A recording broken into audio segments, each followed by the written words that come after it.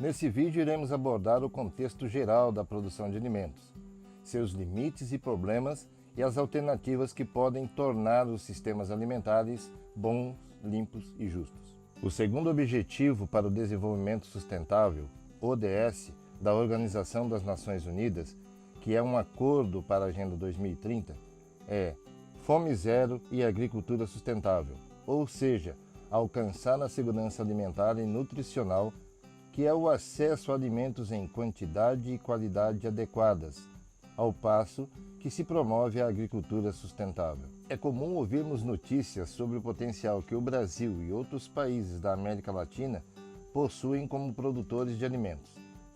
Somos grandes produtores de grãos como soja e milho, carnes como bovinos, suínos e aves, além de outros produtos de origem animal e vegetal.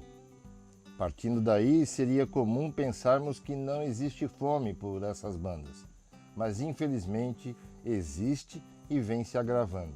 Uma pesquisa realizada em domicílios brasileiros entre os anos de 2017 e 2018 indicou que 10,3 milhões de brasileiras e brasileiros viviam em situação de insegurança alimentar grave, ou seja, fome.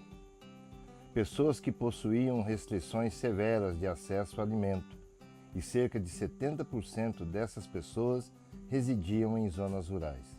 Em 2020, com a pandemia da Covid-19 e a redução do orçamento em políticas públicas, com o foco em segurança alimentar e nutricional, a situação se agravou ainda mais.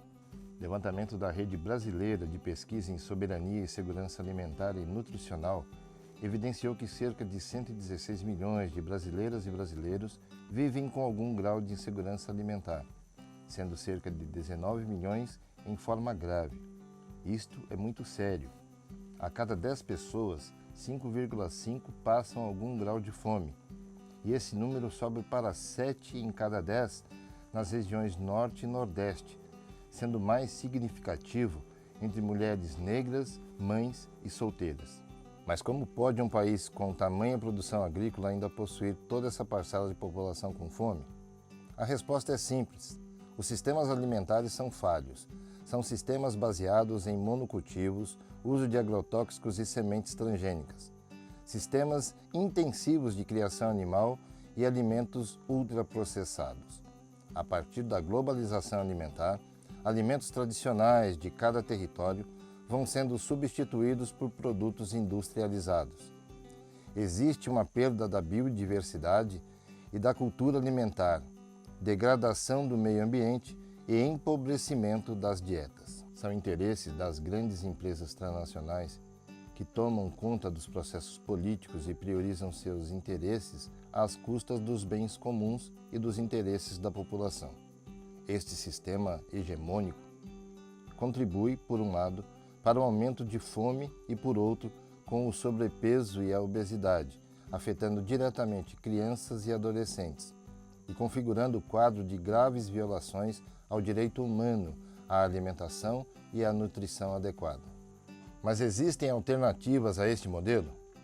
O movimento Slow Food defende que os sistemas alimentares devem ser bons, respeitando sabor e cultura, limpos, respeitando os biomas e a biodiversidade, e justos, remunerando honestamente agricultores e agricultoras e promovendo o direito humano à alimentação adequada. O Guia Alimentar para a População Brasileira, de 2014, indica que dietas saudáveis para humanos e meio ambiente devem se basear em alimentos frescos e minimamente processados.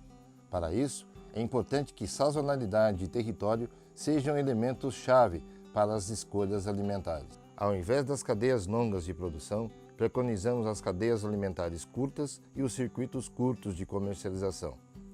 Tal encurtamento da cadeia pode ser tanto geográfico, aproximando a distância física entre produção e consumo, quanto relacional, reduzindo o número de intermediários, aumentando a renda do campo e valorizando as pessoas envolvidas com a produção.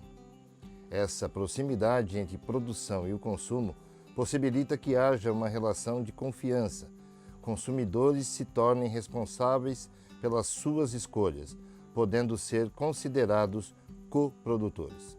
Bons exemplos desses sistemas alimentares bons, limpos e justos são os agroecológicos, e de alimentos da sociobiodiversidade, que incorporam as questões sociais, políticas, culturais, energéticas, ambientais e éticas, incluindo a agricultura familiar e os povos e comunidades tradicionais. No fim das contas, é importante sabermos que existem muitos processos desde o campo até a nossa mesa, e cada parte dessas cadeias precisa ser pensada na lógica do alimento, bom, limpo e justo para todos. Agora um desafio. Você que produz alimentos, conhece quem os consome? E você que consome, sabe quem o produziu? Conta pra gente!